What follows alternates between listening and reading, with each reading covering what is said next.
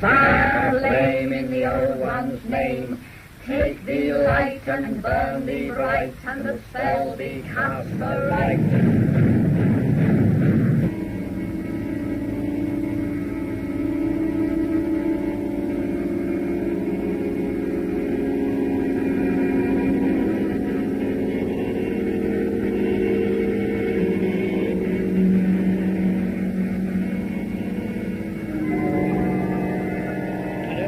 About witchcraft. Well, I read nothing purpose about it, but I used to be believed in it, I don't know. I know nothing at all about witches. Well, nothing at all. I mean, you're probably quite normal, ordinary people. But I wouldn't recognise one, I don't think. Well, as long as they don't hurt anybody else, it doesn't matter, I don't think. I should think they have to be an unhappy sort of person to take up witchcraft. Well, I think they're all a make-up. I don't think there's any real truth about them. Oh, no, definitely not. It's just like fantasy, isn't it? No chance. No chance of witches being about.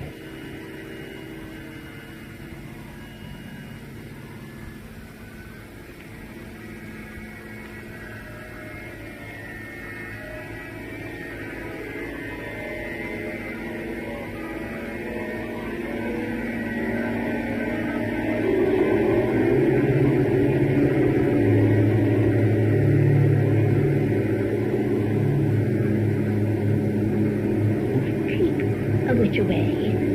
The best thing is to have a little cross in your pocket, made of Wickham wood. Wickham is a country name for the rowan or the mountain ash. And of course the mountain ash is the best specific you can have against witchcraft. I married one. I know. You married a witch? Something like that. Well, I think the shellfish all a lot of rubbish. I don't remember my phrase, nutters. Nutters. Well, if you believe what you hear and what you read, it could be harmful, couldn't it? What do you imagine they do? Cast spells. Evil practices. Make sacrifices. I've no idea. Well, they're smashing graves up and things like that. That's what I don't... I think it's all buncombe. Absolute buncombe.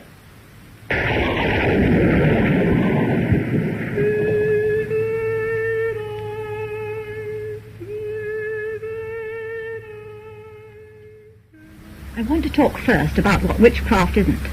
It's not the evil thing that popular newspapers like to make out. It's got nothing to do with Satanism and black magic. We don't go about opening graves and holding black masses. And you can forget about witches with crooked noses and hunchbacks riding through the night on broomsticks. Joan of Arc wasn't like that, but she was a witch. So was Robin Hood, with his coven of 13 people.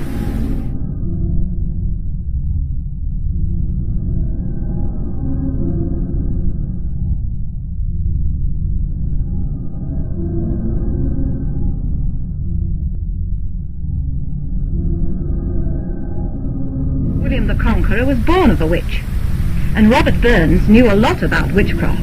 Witchcraft has nothing to do with the eerie picture that most people have in their minds. This is how someone who isn't a witch describes the cult.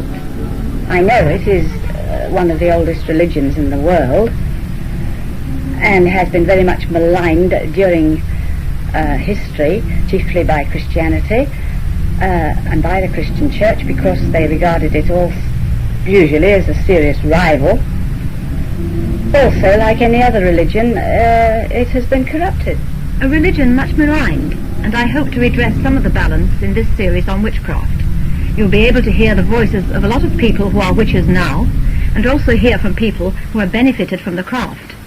I'll be carrying out a witchcraft ritual, and we'll also go back and trace the history of this very old religion. Witch. The name is derived from the Anglo-Saxon word wicca, which means wise. Witchcraft simply means the craft of the wise people. Nothing sensational or horrific in that. Ours is the oldest religion in Western Europe, and it's being revived again by ordinary people. People like you and me, all over the country and here in Sheffield. Witchcraft is among us now. I've always believed in supreme beings, but I can never think of the supreme being as being entirely male. I've always thought there was duality of Father God and the Mother Goddess. Is it then the feminine side of witchcraft that interests you as a religion? Yes. Why? I suppose really because I'm a woman, and I always feel that a Mother Goddess is in charge of these islands, and I wanted something personal, and something personal to England, as I am English. How did you really find out about witchcraft? Well, I studied sort of many religions, and it seemed a natural thing to me, and I was always trying to find another goddess, and I realized that, well, since time began, there's always been a mother, and a mother goddess aspect, and a female aspect of the deity. Well, what kind of a religion is it? We worship two deities, the god of hunting and death, and a goddess of fertility and rebirth. The god of the witches is a horned god. Why the horns? Because prehistoric man, before he had weapons, had to stampede cattle over the cliffs to kill them. To do this, a man dressed in an animal skin and wearing a headdress of horns would rush among the beasts. It took a brave man to do this, and no doubt he was looked upon as a hero. Man bases his gods on what he sees and knows, and fashioned his god on the greatest man in the tribe. This was the man with the horns, who enabled them to eat and live. In this way, the horned god was born. What happens to an old religion when a new one comes along? Very often the old beliefs are made out to be evil. The old gods are turned into devils and demons. And this is what happened to witchcraft. The horned god, known affectionately as Old Horny, was given hoofs and turned into the devil himself, or Old Nick.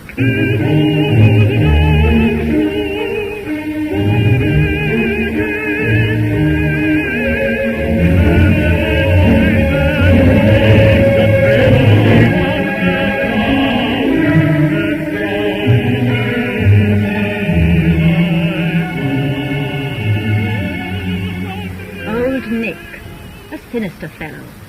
But someone else has derived through Christianity from Old Nick, and he's not half so frightening. For the god who was Old Nick was also Nicholas, Saint Nicholas, the patron saint of children. He's better known over here as Santa Claus, and he still has his horns, only now they're on his reindeer, and in Cornwall he wears them on his head. So when you sent those letters up the chimney to Father Christmas, really you were writing to the god of the witches.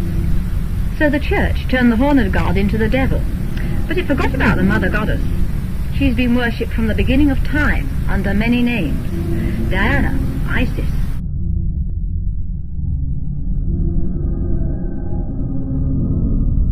Artemis, Aphrodite. But she was forgotten, even in the witch trials. And it seems the church couldn't think of an evil character to turn her into. We symbolize the goddess as the moon. But in one of her guises, you can see her every time you take a penny out of your pocket.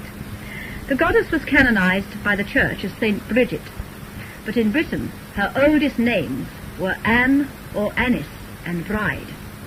From there it's only a short step to Brit Annis or Brit Anya, the feminine force behind all nature, goddess of the moon, the sacred fire, and also of the sea.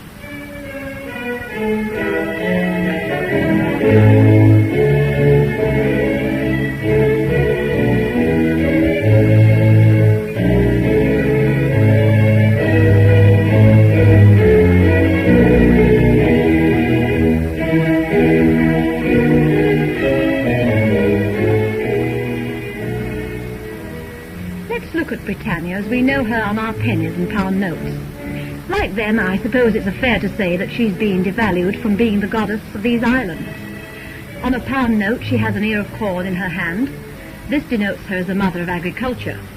The cross on her shield, though it's been made into a Union Jack on the penny, is a symbol of life, like the ancient Egyptian ankh, or cross, which was a pagan symbol thousands of years before Christianity.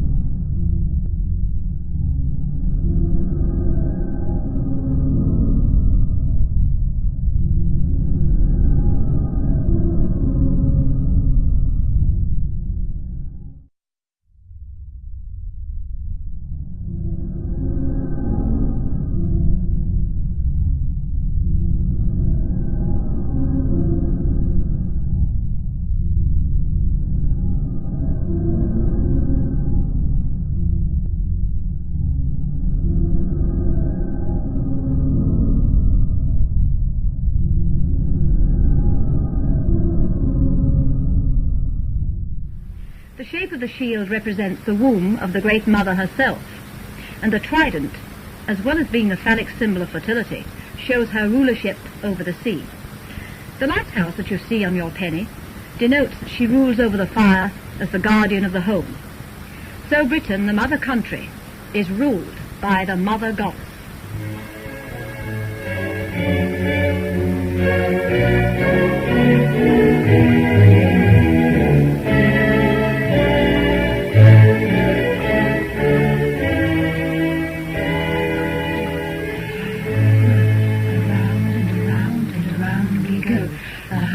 Jump, the higher they grow.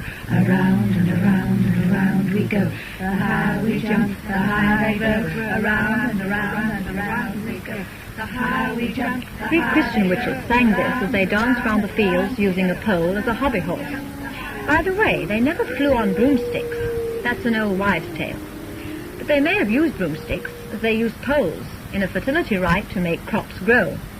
The pole, of course, was a phallic symbol, and this was a form of sympathetic magic, a prayer combined with action. The crops were expected to grow as high as the dancers leapt in the air, going round and round, faster and faster, faster and faster. The higher we jump, the higher they grow. Around and around and around we go. The higher we jump, the higher they grow. Around and around and around we go. The higher we jump, the higher they grow. Around and around and around we go. The higher we jump, the higher they grow. Around and around and around we go. The higher we jump, the higher they grow. Around and around and around we go. Witches didn't really fly.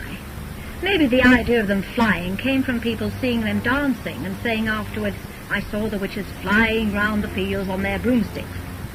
Our religion is full of ritual and symbolism. We hold our rites in a circle. This represents the womb of the Great Mother and is also the borderland between this world and the domain of the gods. And the cauldron, again a feminine symbol, the womb of nature. And of course, there's a practical use for the cauldron. In olden times, the village witch was marriage counsellor, midwife, herbalist, hypnotist and psychologist, and she mixed her herbs and worked her cures in the cauldron. The word pharmacy is derived from the ancient Greek pharmakia. This word didn't just mean the compounding of drugs, it also meant witchcraft. And the word pharmacon, besides meaning a drug, also meant an enchanted potion, a philter, or a love charm. And so the white-coated chemist has his origins back through the centuries in the witches who cull their herbs according to the phases of the moon. At one stage, I was taken to the X-ray department and X-rayed to find the position of blockages in the digestive system, stones in the ducts from the liver, which don't go away on their own. The picture was duly taken, and the attendant took it into the adjacent room for the surgeon to study. Presently she came back. "He doesn't believe it," she said. "I have to take another." So another lengthy session of X-ray, and still there was nothing there. The magic had worked. There was no need for a further operation. Yes, witches still work magic, and in a later program you'll hear people like this lady from Chesterfield testifying to it. But if you ask a witch, what is magic, she'll say she doesn't know, but it works. The witches' ways of raising power have been handed down by word of mouth through the centuries, and we who are carrying on the craft want to use it for the good. We're not setting out to harm anyone.